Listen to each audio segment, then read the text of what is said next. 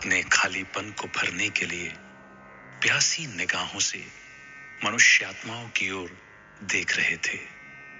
दर दर भटक रहे थे। सत से कोसों दूर जीवन भ्रम में बीत रहा था। ऐसे में अल्पकालीन सुखों की दुनिया से निकालकर उस परमात्मा पिता ने हमें सत्य का परिचय दिया। प्यार के सागर ईश्वर के प्रेम में ये दिल बार बार गाता है।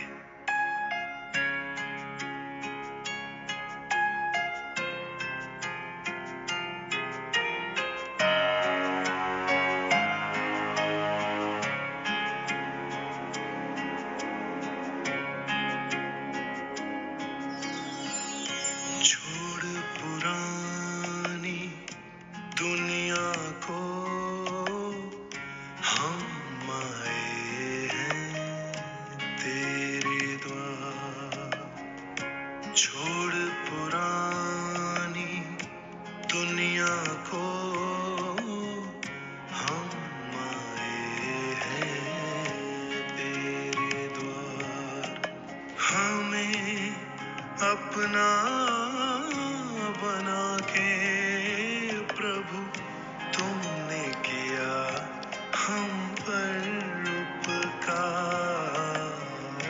छोड़ पुरानी दुनिया को हम आए हैं तेरे द्वार।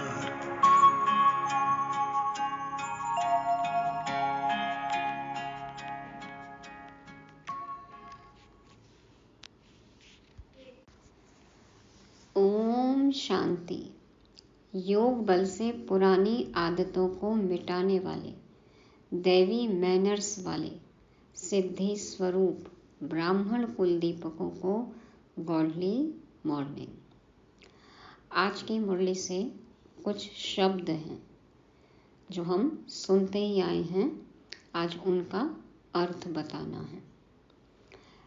पहला है काग विष्टा समान सुख। क्या समझते हैं, कैसा सुख है ये? दूसरा है तिलस्म। सुना है ना, कई बार कहानियों में सुना होगा। तो तिलस्म शब्द का क्या अर्थ है? तीसरा है माया का भपका। बाबा हमेशा बोलते हैं माया का भपका है सब तरफ। क्या होता है माया का भपका? चौथा है मुलम्मा, मुलम्मा। और पांचवा है रुण्य का पानी, जिसको कि मृत तृष्णा कहते हैं, रुण्य का पानी। छठा है वफादार। बाबा कहते हैं ना हमें वफादार बनना है। क्या है इसका अर्थ? और सातवां है अपरम अपार। कई बार सुना है बाबा की महिमा अपरम अपार है। और आठवां है ड्रामा में नूंद। इसका क्या अर्थ है कि ड्रामा में नूंद है। नौवां है सिकीलदे। रोज बाबा सिकीलदे बच्चों को याद प्यार देते हैं। तो सिकीलदे शब्द का क्या अर्थ है? 10वां है चेष्टा। शब्द है चेष्टा, मुरली में आज चेष्टा कहा गया है। इसका अर्थ क्या होता है?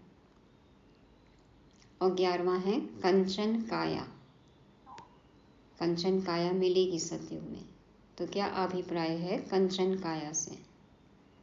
और 12वां है अंतर्मुखी और बाह्य मुक्ता। इसका क्या मतलब होता है? अंतर्मुखी और बाह्य मुक्ता। और 13वां है उपराम। उपराम रहना है हमें। इसका शब्द का अर्थ क्या है? उपराम। और 14वां है अवतार, अवतार। और 15वां है आसक्ति। तो किस संदर्भ में बाबा ने आज ये सब शब्द उच्चारे हैं, इसके लिए सुनते हैं 28 अप्रैल 2023 के शिव भगवान वाच। मीठे बच्चे, इस कलयुगी दुनिया का सुख कागविष्टा के समान है। यह दुनिया अब गई की गई, इसलिए इससे लगाव नहीं रखना है, आसक्ति निकाल देनी है। बाबा कहते हैं इस कलयुगी दुनिया में जो सुख हमें अनुभव हो रहा है वो सुख कागविष्टा के समान है। कागविष्टा, काग माना कौवा, विष्टा माना जो उसकी पॉटी रहती है, जो उसकी गंदगी रहती है। तो बाबा कहते हैं यहाँ का सुख उसके समान है, गंदगी जन्य सुख है। कौवा क्या करता है, अपनी ही गंदगी में चोंच मार मार के खेलता है, उसमें ही सुख का, मस्ती का अनुभव करता है। तो बाबा कहते हैं यहाँ का सुख भी गंदगी जन्य सुख है, अविनाशी है। यहाँ का सुख विनाशी है, थोड़े ही देर में हम फिर दुखी हो जाते हैं। तो विनाशी सुख है, अल्पकाल का सुख है, इसलिए यहाँ का सुख कागविष्टा के समान है। सुख प्रतीत होता है लेकिन फिर अगले ही क्षण दुख में परिवर्तित हो जाता है। तो यह दुनिया अब गई की गई, अब तो ये दुनिया बिल्कुल गई है ना, जाने वाली है या चली गई है। साइंटिस्ट भी क्या कह रहे हैं कि अब बचा ही नहीं है इस दुनिया में कुछ भी। तो बाबा कहते हैं कि ये दुनिया गई की गई, किस सेकंड चली जाएगी या हम किस सेकंड इस दुनिया से चले जाएंगे पता ही नहीं। इसलिए कोई भी ममत्व ना हो, इसमें लगाव नहीं हो, आसक्ति निकाल देनी है। थोड़ी सी भी रग रहती है ना, कोई इच्छा बाकी है, किसी में हम अटके हुए हैं, कोई मोह है, तो बाबा कहते हैं वो आसक्ति, वो रग, वो राग, वो सब कुछ निकाल देना है। बाबा हमेशा कहते हैं कि यदि आसक्ति रही तो माया आ सकती है। तो इस दुनिया के कोई भी देहधारी से, वस्तु से और वैभव से, पुराने स्वभाव संस्कार, किसी से भी हमें अटैचमेंट ना हो, मोह ना हो, हमारा बुद्धि योग वहाँ न रहे। तो इस दुनिया में हमें जिन भी चीज़ों से सुख अनुभव हो रहा है वहाँ से अपना बुद्धि योग हमें हटा लेना है। प्रश्न है, किन बच्चों की दिल इस पुरानी दुनिया से नहीं लग सकती है? बाबा कह रहे हैं कौन से ऐसे बच्चे हैं जो अब इस पुरानी दुनिया से दिल नहीं लगा सकते हैं? उत्तर में बाबा कहते जो आज्ञाकारी, वफादार, निश्चय बुद्धि बच्चे हैं उनकी दिल इस पुरानी दुनिया से लग नहीं सकती, क्योंकि उनकी बुद्धि में रहता या तो विनाश हुई कि हुई। जो आज्ञाकारी हैं, जो बाप के श्रीमत पर चलते हैं, वफादार हैं, वफादार जो सिर्फ एक के हैं, जिनके लिए एक बाबा, एक में, एक से, एक के लिए ही सब कुछ, मेरा तो एक शिव बाबा, दूसरा ना कोई, वो है वफादार। और निश्चय बुद्धि बच्चे, माना बाबा ने जो कहा वो होकर ही रहेगा। तो बाबा कह रहे हैं कि अब विनाश होना है, नई दुनिया आनी है, मतलब कि निश्चय है। तो इसलिए अब पुरानी दुनिया से दिल लग नहीं सकती, क्योंकि उनकी बुद्धि में रहता या तो विनाश हुई की हुई। यह तिलस्म का खेल है। तिलस्म दिखाते हैं ना, जादू, जादू समझ में नहीं आता ना, आंखों के सामने, आंखों पर जैसे कि विश्वास नहीं होता कि अरे ऐसे कैसे हो गया। तो ये तिलस्म का, जादू का खेल है, माया का भपका है, माया का भपका। बाबा हमेशा कहते हैं माया का पॉम्प।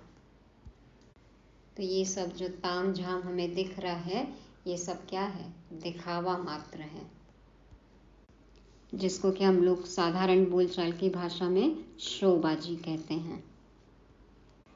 माना सार में कुछ है नहीं और विस्तार इतना ज़्यादा है। प्राप्ति कुछ है नहीं, तृप्ति है नहीं, संतुष्टि है नहीं, और वर्णन इतना ज़्यादा है। इतनी जो चकाचौंध है, इसके पीछे एकदम गहन अंधेरा है। तो ये सब सिर्फ दिखावा मात्र है, माया का भपका है। इसका अब विनाश होना ही है। कैसे होगा? डैम फटेंगे, अर्थक्वेक होगी, सागर धरनी को हप करेगा। यह सब होना है, नथिंग न्यू, पहले भी हुआ। ये सब प्राकृतिक आपदाएं आएंगी, ये सब होगा, होना ही है nothing new. Sweet home, sweet राजधानी याद है तो इस दुनिया से दिल नहीं लग सकती। जब इससे बेहतर दुनिया हमें पता है और हमें निश्चय है कि हम वहाँ जाने वाले हैं, जाएंगे, हम वहाँ के मालिक थे, हम ही बनेंगे, तो फिर इस पुरानी दुनिया से तो दिल लग ही नहीं सकती। गीत बजा।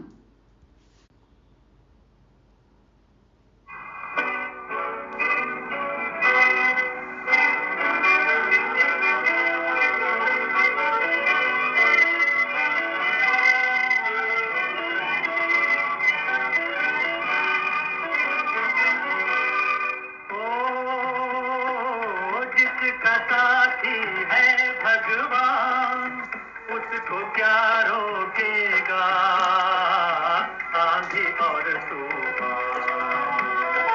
ओ जिसका साथी है भगवान, उसको क्या रोकेगा आंधी और तूफान। जिसका साथी है भगवान।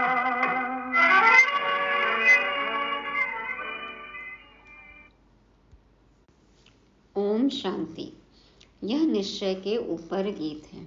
जिसका साथी है भगवान, उसको क्या रोकेगा आंधी और तूफान। है ऐसा निश्चय हमें। तो बाबा कहते हैं यह निश्चय के ऊपर गीत है। जब बाप का बनते हैं, वह बाप आते हैं तो वह आकर हमारा साथी बनते हैं। बच्चे जानते हैं बाप जब आते हैं तभी विनाश के तूफान होते हैं। साथी जो साथ निभाए, कैसी भी परिस्थिति हो, बाबा ही एक ऐसा साथी है जो साथ निभाता है। तो बाप जब आते हैं तो ही विनाश के तूफान होते हैं। बाप आते हैं पुरानी दुनिया को खलास कर नई दुनिया स्थापन करने। अर्थक्वेक होगी, समुद्र नीचे से धरती को खा जाएगा, बरसात ऊपर से धरती को खा जाएगी, यह सब होना ही है। गीत तो उन्होंने ऐसे ही बैठ बनाए हैं। तुम ब्राह्मण कुलभूषण बच्चे जानते हो बरोबर पुरानी दुनिया का विनाश होना है। बाप आए ही हैं नई दुनिया की स्थापना करने। ब्राह्मणों को सारे विश्व का मालिक बनाते हैं। पुरानी दुनिया का विनाश कराए, फिर सारे विश्व की राजाई बच्चों को वर्षे में देते हैं। तुम जानते हो बाप से नए विश्व के मालिक बने का वर्षा मिलता है। यह पुरानी विश्व तो कोई काम की नहीं है। ये दुनिया, ये महफिल मेरे काम की नहीं। मनुष्य समझते हैं अब तो स्वर्ग बनता जा रहा है, परंतु यह सब है माया का भपका। जो आज हम चारों तरफ अपने देख रहे हैं, ये है माया का भपका। सब चीज मुलम्मे की है। मुलम्मा माना पानी चढ़ा हुआ, जैसे सोने का जेवर कहते हैं ना, तो सोने का जेवर अंदर सोना नहीं है, लेकिन सिर्फ सोने का पानी चढ़ा हुआ है, परत चढ़ा हुआ है। तो बाबा कहते हैं सब चीज मुलम्मे की है, सारा राज्य मुलम्मे का है। अब सॉलिड जेवर नहीं है, नकली का जमाना है, सोने का पानी चढ़ा दिया है, तो सारा राज्य मुलम्मे का है। रुण्य के पानी समान है, इसमें मनुष्य खुश होते हैं। मृग तृष्णा समान है, मतलब रेगिस्तान में पानी प्रतीत होता है। हिरण को दूर से दिखाई देता है कि पानी है, लेकिन वहां जाता है तो पानी नहीं रहता है। क्या होता है वो कि सूर्य की किरणें जब रेत पर पड़ती हैं तो वो चमकती हैं, तो ऐसा लगता है कि जैसे पानी है। तो उसमें जो भी आसपास सूखे पेड़ होते हैं तो उसकी परछाई पड़ती है, तो ऐसा लगता है कि पानी है और परछाई पड़ रही है। लेकिन वहाँ पर जाता हिरण तो उसकी प्यास बुझती नहीं है, क्योंकि पानी रहता ही नहीं है। तो बाबा भी वही कहते हैं कि रुण्य के पानी समान है, इसमें मनुष्य खुश होते हैं। इतना है सुख, अनुभव कर भी रहे हैं, लेकिन फिर भी देखो प्यासे के प्यासे ही हैं। क्यों? क्योंकि वो सच्चा सुख है ही नहीं। प्यास बुझ ही नहीं रही है, तृष्णाएं और बढ़ती ही जा रही हैं। तो बाबा कहते हैं इसमें मनुष्य खुश होते हैं। आगे जब मुसलमानों का राज्य था तो यह एरोप्लेन, मोटरें आदि थोड़ी थी।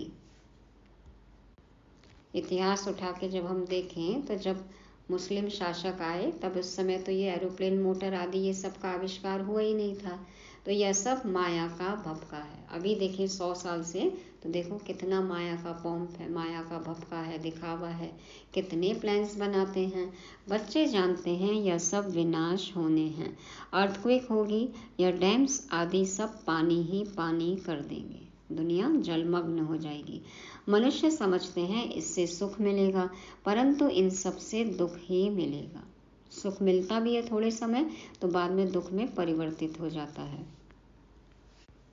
अभी देखो सब चीज़ें बनाई, साधन बनाई, लेकिन फिर उससे ही दुखी हो रहे हैं। तो यह एरोप्लेन भी दुखदाई बन पड़ेंगे, बॉम्ब्स गिराएंगे। तो बच्चे यह सब बातें भूल जाते हैं, इसलिए पुरानी दुनिया में दिल लग जाती है। लगता है ये सब सुख सुविधा साधन है, तो अभी बाबा कहते हैं ये सब दुख में परिवर्तित हो जाएगा। जो बाप के आज्ञाकारी, वफादार, पूरे मददगार बच्चे बनते हैं, पक्के निश्चय बुद्धि हैं, वह तो जानते हैं कि कुछ भी हो यह कोई नई बात नहीं है। अब जो आज्ञाकारी है, वफादार है, जो एक बाप से ही सुनते हैं, बाबा की मदद करते हैं, पूरा निश्चय है जिनको श्रीमत पर, मुरली पर, तो वो जानते हैं कि चाहे कुछ भी हो जाए ये तो कोई नई बात है ही नहीं, नथिंग न्यू, पहले भी हुआ है। यह तो अनेक बार पुरानी दुनिया का विनाश हुआ है, सो अब होना है जरूर। वह समझते हैं बहुत नई नई चीज़ें बन रही हैं, स्वर्ग बन रहा है, और तुम बच्चे सिर्फ जानते हो कि यह तो तिलस्म का खेल है, जादू का खेल है। वो समझते हैं नए नए सुख सुविधाएं साधन बन रहे हैं, आविष्कार हो रहे हैं। कलयुगी स्वर्ग का वो अनुभव कर रहे हैं। बाबा कहते हैं तुम बच्चे जानते हो कि यह तो सिर्फ जादू है, तिलस्म का खेल है, इसमें सच्चाई तो है ही नहीं। जादू से क्या होता है, 1 सेकंड में चीज़ें गायब भी हो जाती हैं, यही है ना जादू। अभी है और अभी फिर नहीं है, था और अब है ही नहीं। या जैसा दिख रहा है असलियत में वैसा है ही नहीं। जैसे कोई पुराने सोने को रंग रूप लगाकर चमकदार बना देते हैं, पॉलिश कर देते हैं ना, वैसे इस पुरानी दुनिया को भी रंग रूप देकर चमकदार बनाने के सब तरफ प्लान्स बनाते रहते हैं। उनको यह पता ही नहीं है कि विनाश होना है। यह तो तुम ब्राह्मण ही जानते हो कि यह पुरानी दुनिया विनाश होनी है। कैसे होनी है, किस तरह होगी, हमें ये भी पता है। मनुष्य तो कह देते हैं कि यह पुरानी दुनिया विनाश होगी, फिर नई दुनिया भगवान आकर स्थापन करेंगे।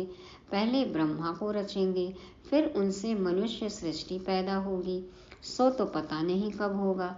यह सिर्फ तुम बच्चों को बाप बैठ समझाते हैं। भगवान की है श्रीमत।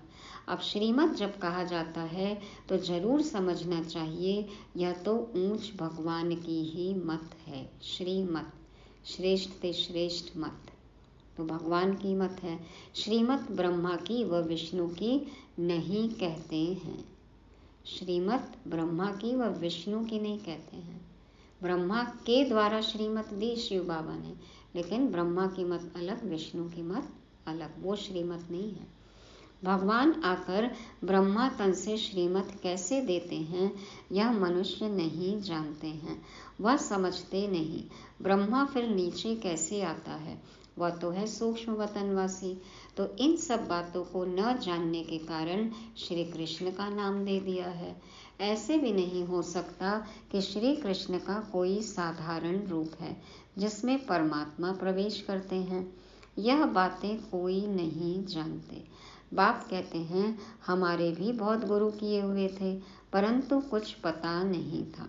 ब्रह्मा बाबा ने 12 गुरु किए, लेकिन कुछ भी पता नहीं था, क्लैरिटी नहीं थी। भूले हुए थे कि श्रीमत किसकी है। श्रेष्ठ से श्रेष्ठ तो है निराकार, उनकी ही श्रीमत है। शिवाय नमः कहते हैं ना, उनकी महिमा अपरम अपार है। महिमा अपरम अपार है। देखो बाबा गुणों का सागर है, महिमा अपरम अपार है। कैसे कितने अच्छे अच्छे कर्तव्य किए बाबा ने, इसलिए तो हम महिमा करते हैं ना।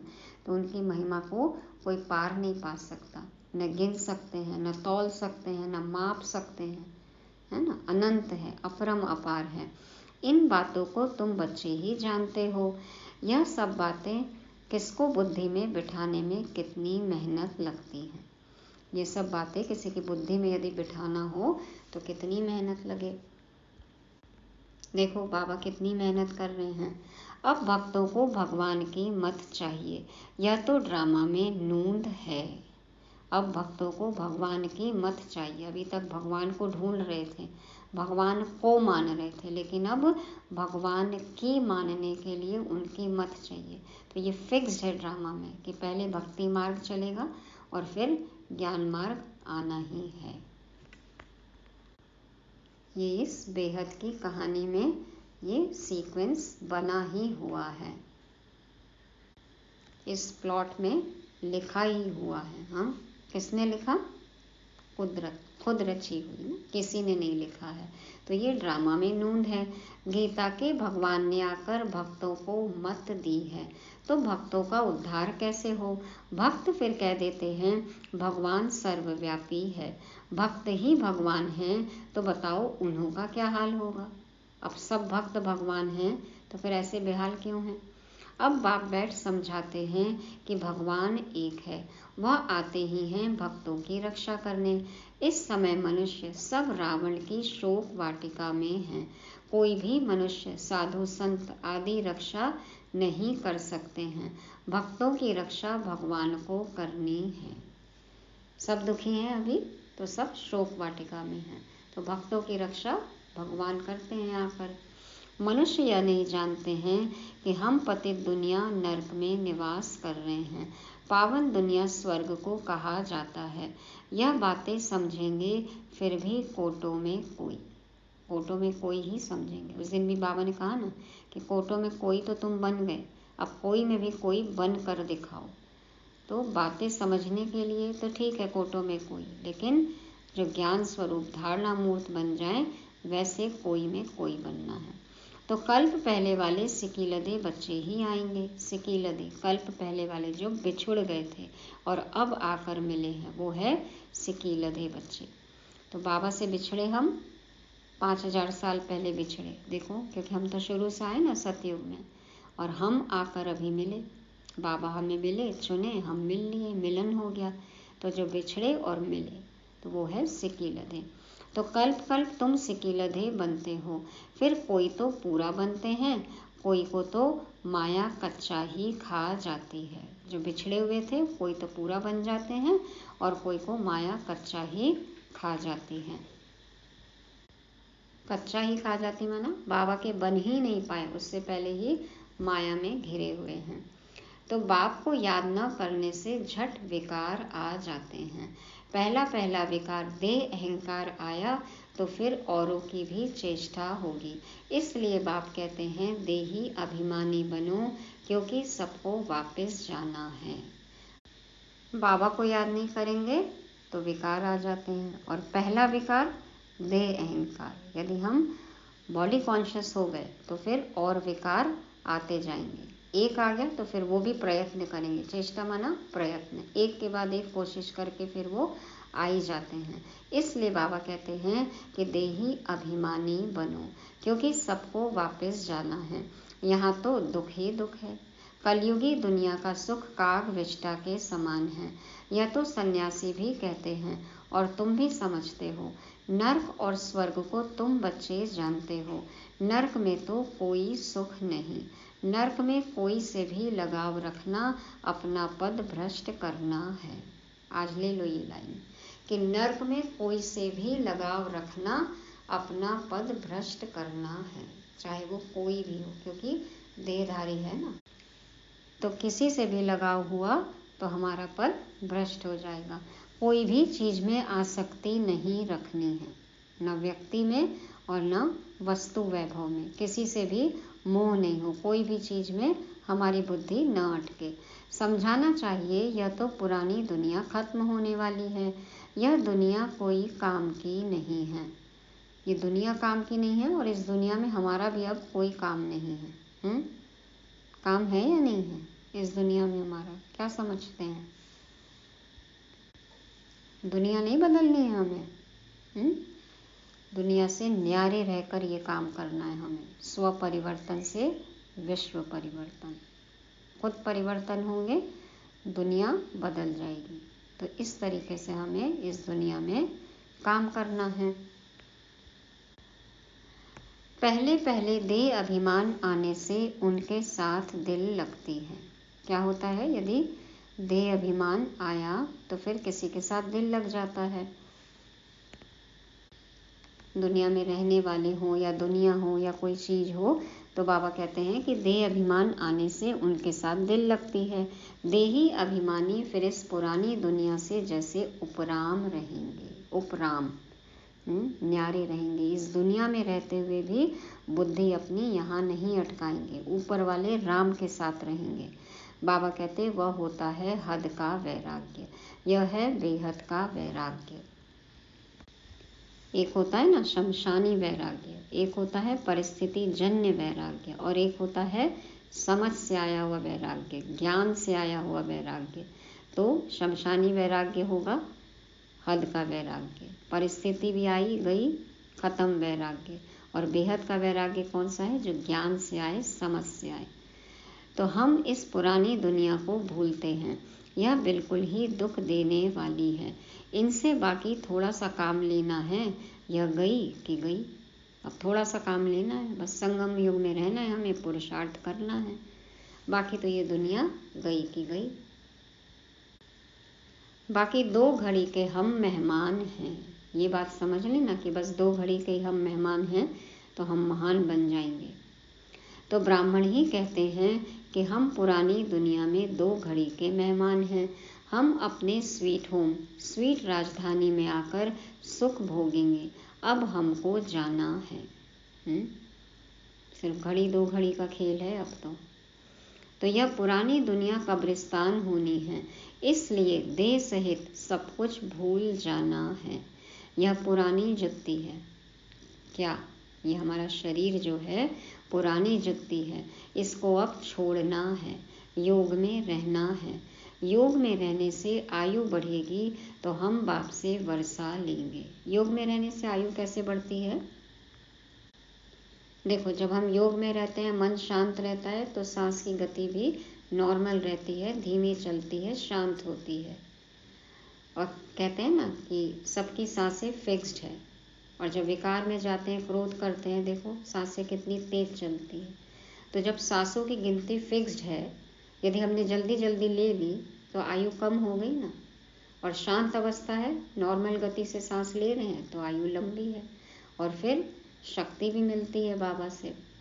देख रहे हैं ना, सब सीनियर भाई बहनें देखो, दादियों को देखो, तो जितना योग में रहेंगे आयु बढ़ेगी। तो हम बाप से वर्षा लेंगे। देह अभिमानी की आयु बढ़ नहीं सकती, उनका देह से प्यार हो जाता है। कोई का शरीर अच्छा है तो देह से प्यार होता है। अच्छी रीति मलते रहेंगे जैसे बर्तन मले जाते हैं। क्या क्या लेप छेप देखो लगाते ही रहते हैं, इतना उपटन, इतना क्रीम, पाउडर, लिपस्टिक। बाबा कहते हैं ना कितना कॉस्मेटिक, यही तो है सब। क्या है? सजावट, नकली सजावट। तो ये ऐसी सजावट, दिखावट, बनावट, इसके कारण ही तो आई है गिरावट। तो बाबा कहते हैं अच्छी रीति मलते रहेंगे जैसे बर्तन मले जाते हैं, चमकाए जा रहे हैं। जितना तुम योग में रहेंगे उतना आत्मा प्योर होती जाएगी, फिर लायक बनेंगे नया बर्तन लेने के। तो नया बर्तन, नया शरीर हमें कैसे मिलेगा? जितना योग में रह के हम खुद प्योर होंगे, आत्मा प्योर होगी, तो नया बर्तन, नया शरीर, कंचन काया। तो हम शरीर को भल कितना भी साबुन, वैसलीन, पाउडर आदि लगाएं, फिर भी पुराना शरीर है ना। अब ये तो पुराना ही है। पुराने मकान को कितना भी मरम्मत करो तो भी जैसे खंडहर है, तो यह शरीर भी ऐसे है, क्योंकि नींव तो फिर पुरानी है ना। तो बाबा कहते हैं कि जैसे खंडहर है तो ये शरीर भी ऐसे ही है। कितना भी ऊपर से रंग रोगन कर लो, लेकिन पुराना तो पुराना ही है। अपने से ऐसी ऐसी बातें करेंगे तब बाप और वर्षे से दिल लगेगी, और कोई चीज़ से दिल नहीं लगानी है। मैं आत्मा हूँ, बाप के पास जाने वाली हूँ। बाप को याद करने से फायदा होता रहता है। बाबा को याद करने से क्या फ़ायदे हैं, इस पे तो बहुत मुरलियाँ चली हुई हैं। तो आयु बढ़ती रहती है। आत्मा समझती है मैं योग बल से प्योर होती जाती हूँ। यह मेरा शरीर कोई काम का नहीं है। भल सन्यासी पवित्र रहते हैं, परंतु शरीर तो फिर भी पतित है ना। यहाँ कोई का भी शरीर शुद्ध नहीं हो सकता। मटीरियल ही शुद्ध नहीं है तो फिर प्रोडक्शन कैसे शुद्ध होगा। तो वहाँ शरीर विष से नहीं बनता। प्रकृति भी सतो प्रधान है वहाँ। यह बातें तुम बच्चे ही जानते हो। प्रकृति भी सतो प्रधान और विकार भी नहीं है। तो फिर बाबा कहते हैं ये शरीर विष से नहीं बनता। ये बातें हम जानते हैं। अगर स्वर्ग में भी विकारों से ही पैदाइश होती तो फिर उनको निर्विकारी क्यों कहते। वहाँ तो आत्मा और शरीर दोनों पवित्र होते हैं। तुम जानते हो इस समय 5 तत्व भी आयरन एजेड हैं, तो शरीर भी ऐसे मिलते हैं। बीमारी आदि हो जाती है, वहाँ कभी शरीर बीमार हो न सके। यह सब समझने की बातें हैं। वहाँ तुम्हारे शरीर भी नए बनते हैं। सतो प्रधान प्रकृति बन जाती है। वहाँ यह दवाइयाँ आदि कुछ नहीं होती। बाबा कहते हैं ना, यहाँ की दवाइयों को कलयुगी फ्रूट समझ कर खाओ। तो वहाँ पे तो दवाइयाँ नहीं होंगी। शरीर चमकता रहता है। काया कंचन समान बन जाती है। कंचन माना सोना। सोने की प्योरिटी 24 कैरेट। तो 16 कला संपूर्ण बन जाते हैं। आत्मा संपूर्ण बन जाती है, 16 कला संपूर्ण निर्विकारी रहती है। तो काया भी कंचन समान पवित्र मिलती है, निरोगी मिलती है, सोने समान खालिस शुद्ध प्योर। तो बाबा कहते हैं शरीर चमकता रहता है, काया कंचन समान बन जाती है। अभी तो लोहे की है। वंडर है ना काया कैसे बदलती है। देखो तभी मूवी बनाते हैं आयरन मैन। तो जंग लगा हुआ, खाद पड़ा हुआ, कितना रोगी चिकत्ती वाला। तो बाबा कहते हैं अभी तो लोहे की है। वंडर है ना काया कैसे बदलती है। कोई पॉलिश तो नहीं की जाती है। काया एकदम कंचन समान हो जाती है। उसको गोल्डन एज कहा जाता है। ऐसा नहीं कि इस शरीर पे ही पॉलिश कर देंगे, नहीं, नया ही बनेगा, मटेरियल ही नया होगा। तो गोल्डन एज। सोने के शरीर तो नहीं होते हैं। अब वो तत्व वाली बात, धातु वाली बात तो है नहीं। तो बाबा कहते हैं सोने के शरीर तो नहीं होते हैं। लक्ष्मी नारायण को पारसनाथ पारसनाथिनी कहते हैं।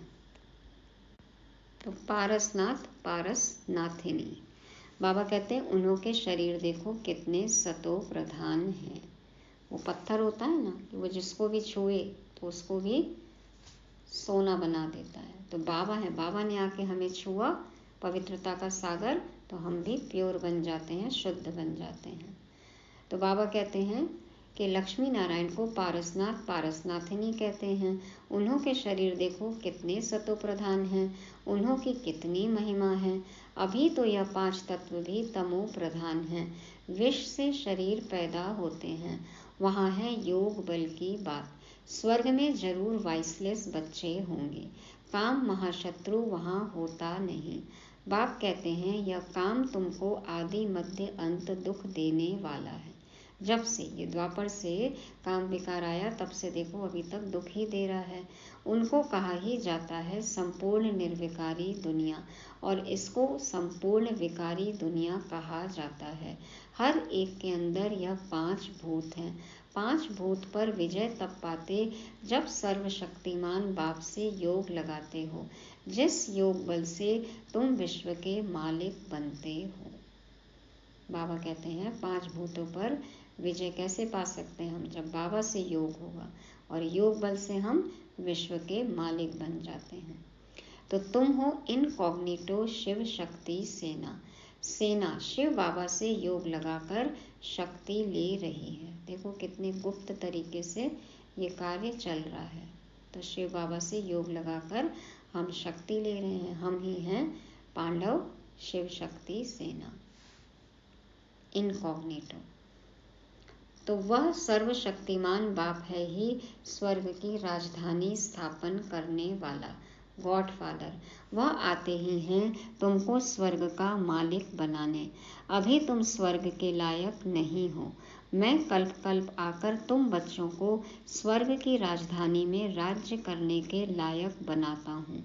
अभी तुम हो नर्क के मालिक। मनुष्य कहते भी हैं फलाना मरा स्वर्गवासी हुआ, बिल्कुल समझते नहीं हैं कि हम नर्क में हैं। स्वर्ग का वास्तव में कोई को पता ही नहीं है। कहते हैं जिनके पास धन दौलत बहुत है उनके लिए यहाँ ही स्वर्ग है। जरा पूछो उनसे, एक एक का इंटरव्यू लो, कितने देर का सुख है। नीता अंबानी ने भी अपने इंटरव्यू में कहा ना कि देखो सुख सुविधा वैभव सब तो है उनके पास में, इतनी शानो शौकत वाली लाइफस्टाइल है, इतना आराम है, सब कुछ है, लेकिन फिर भी वो खुशी नहीं मिलती उन सब चीज़ों से। तो वो उनको कब अनुभव हुई, जब उन्होंने गरीब बच्चों के लिए कुछ किया और फिर कितने बच्चों को पढ़ा रही हैं, NGOs हैं, जब वो सब काम करती हैं तब खुशी मिलती है। तो बाबा आगे कहते हैं कि दुनिया ऐसे समझती है, कहते हैं कि जिनके पास धन दौलत बहुत है उनके लिए यहाँ ही स्वर्ग है। अरे इतनी बीमारियां आदि लगी पड़ी हैं, इसको स्वर्ग कैसे कहेंगे। कितनी दवाइयाँ होती हैं देखो अमीरों के टेबल पर, डाइनिंग टेबल पे एक ये भी डेकोरेशन रहता है, एक ट्रे में इतने सारे सप्लीमेंट, इतने सारी दवाइयाँ। तो बाबा कहते हैं इतनी बीमारियां आदि लगी पड़ी हैं, इसको स्वर्ग कैसे कहेंगे। स्वर्ग तो सतयुग को कहा जाता है, कलयुग में थोड़े ही स्वर्ग है। बाप ने समझाया है यह है विकारी दुनिया। हर एक नारी द्रौपदी पार्वती है। हर एक नारी द्रौपदी पार्वती है। हर एक नारी को अमरनाथ अमर कथा सुनाते हैं। आत्मा की बात है ना, परमात्मा बाप सबको अमर कथा सुना रहे हैं। हर एक द्रौपदी नगन होने से बच जाएगी, है ना। हर एक आत्मा विकार में जाने से बच जाएगी। पार्वतियाँ, पार्वतन में रहने वाली हम आत्माएं। तो यह बातें बेहद का बाप बैठ समझाते हैं। वह है ही वाइसलेस वर्ल्ड, संपूर्ण निर्विकारी दुनिया। विकार बिल्कुल नहीं। आत्मा आकर प्रवेश करती है तो उस समय गर्भ में बिल्कुल प्योर रहती है। आत्मा भी प्योर आती है, इसलिए उनको गर्भ में कोई भी सजा नहीं भोगनी पड़ती है। इसीलिए उस समय गर्भ महल कहते हैं ना। यहाँ तो सभी को सजा मिलती है। हर एक आत्मा तड़प रही है। दुख का अनुभव होना, तड़प का अनुभव होना, त्राही त्राही करना, ये सब क्या है, सजा ही तो है। अच्छा, मीठे मीठे सिके लदे बच्चों प्रति माता पिता बाप दादा का याद प्यार और गुड मॉर्निंग। रूहानी बाप के रूहानी बच्चों को नमस्ते। हम रूहानी बच्चों की रूहानी बाप दादा को याद प्यार गुड मॉर्निंग और नमस्ते। शुक्रिया बाबा, शुक्रिया। धारणा के लिए मुख्य सार। पहला पॉइंट, इस दुनिया में स्वयं को मेहमान समझना है। देही अभिमानी बन पुरानी दुनिया और पुरानी देह से उपराम रहना है। दूसरा, योग से आत्मा और शरीर दोनों को पावन बनाना है। पुराने शरीर तरफ आकर्षित नहीं होना है, इससे लगाव नहीं रखना है। वरदान, शांति के अवतार बन विश्व में शांति की किरणें फैलाने वाले शांति देवा भव। शांति के अवतार बन विश्व में शांति की किरणें फैलाने वाले शांति देवा भव। अवतार जो इस दुनिया में नहीं है, किसी और दुनिया से आया है। एक होता है शिव बाबा का अवतरण, जो किसी के शरीर में आते हैं। और अवतार, एक दूत को भी ऐसे मानते हैं कि जैसे मैसेंजर, कि वो अवतार आए हैं, उनका रूप लेकर आए हैं भगवान का। जैसे राम और कृष्ण को भी मानते हैं, विष्णु का अवतार मानते हैं उन्हें। तो बाबा हमें कहते हैं ना, हम सब के लिए कैसे हों, जैसे अल्लाह लोग, हम लोग अलग लोग हैं, अलग दुनिया से आए हुए लोग हैं। शांति के दूत हैं, शांति सागर से शांति की किरणें लेकर अवतार बनकर हम फैला रहे हैं। तो बाबा कहते हैं शांति के अवतार बन विश्व में शांति की किरणें फैलाने वाले शांति देवा भव। बाबा समझाते जैसे छोटा सा फायर फ्लाई मतलब जुगनू दूर से ही अपनी रोशनी का अनुभव कराता है, ऐसे विश्व की आत्माओं व संबंध संपर्क में आने वाली आत्माओं को महसूस हो कि शांति की किरणें इन विशेष आत्माओं द्वारा मिल रही हैं। बुद्धि द्वारा अनुभव करे कि शांति का अवतार शांति देने आ गए हैं। न जाने कौन से लोक से ये फरिश्ते आ गए हैं, ये अवतार आ गए हैं। चारों ओर की अशांत आत्माएं शांति की किरणों के आधार पर शांति कुंड की तरफ खिंची हुई आए। इस शांति की शक्ति का अभी प्रयोग करो। बाबा कह रहे हैं आत्माओं को खिंचाव हो कि ये शांति हमें कैसे अनुभव हो रही है, तो सभी शांति कुंड की तरफ खिंचे हुए आए। तो ऐसी शांति की शक्ति का हमें अभी प्रयोग करना है कि सब बच्चे आए और अपने बाप को पहचाने। इसके लिए हमें क्या करना है, ये संकल्प लेना है कि मैं जैसे कि परम धाम से अवतरित हुई आत्मा हूँ, इस देह में मेरा अवतरण हुआ और अब शांति देव हूँ। सबको शांति देनी है, शांति की किरणें फैलानी है और सबको बाप के पास लेकर आना है। तो मैं शांत स्वरूप आत्मा शांति धाम से आई शांति की शक्ति फैला रही हूँ और सबको शांति कुंड के पास लेकर आ रही हूँ। सभी शांति के सागर में समा रहे हैं। ये प्रयोग हमें करना है। स्लोगन है जिनका स्वयं पर व्यक्तिगत अटेंशन है वे अंतर्मुखी बनकर फिर बाह्य मुक्ता में आते हैं। जिनका स्वयं पर व्यक्तिगत अटेंशन है वे अंतर्मुखी बनकर फिर बाह्य मुक्ता में आते हैं। सीधी सी परिभाषा लेते हैं। अंतर्मुखी माना आत्मिक स्थिति में टिकना और बाह्य मुक्ता माना हमें रोज के कर्म तो करने ही है ना, तो आत्मिक स्थिति में स्थित रहकर हमें इन कर्मेंद्रियों से कर्म करना है, माना देही अभिमानी स्थिति। कौन ऐसा कर सकते हैं? जो हर पल अपने ऊपर अटेंशन रखें। क्या अटेंशन देना है? मैं आत्मा हूँ। तो ये थी आज की मुरली, जिसको याद रखने के लिए, रिवाइज करने के लिए आज के 5 शब्द लेंगे। बहुत सारे शब्द पहले ही दिए, जिसको जो शब्द पसंद हो वो चूज कर सकते हैं, लेकिन 5 मुख्य शब्द निकाले हैं सार रूप में। पहला है मुलम्मा, दूसरा है वफादार, तीसरा है अवतार और चौथा है अंतर्मुखी और 5वां है कंचन काया। ओम शांति।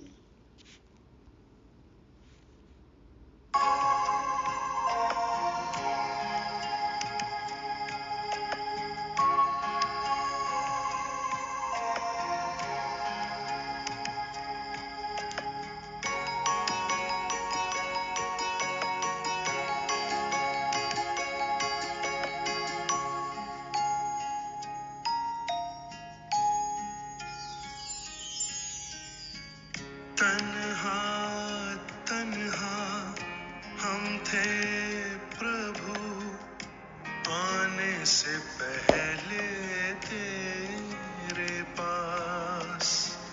छोड़ेंगे ना साथ तेरा, दिल से निकले ये आवाज। बैरागी मन है हर्षित, जीवन बन गए कमल समान। छोड़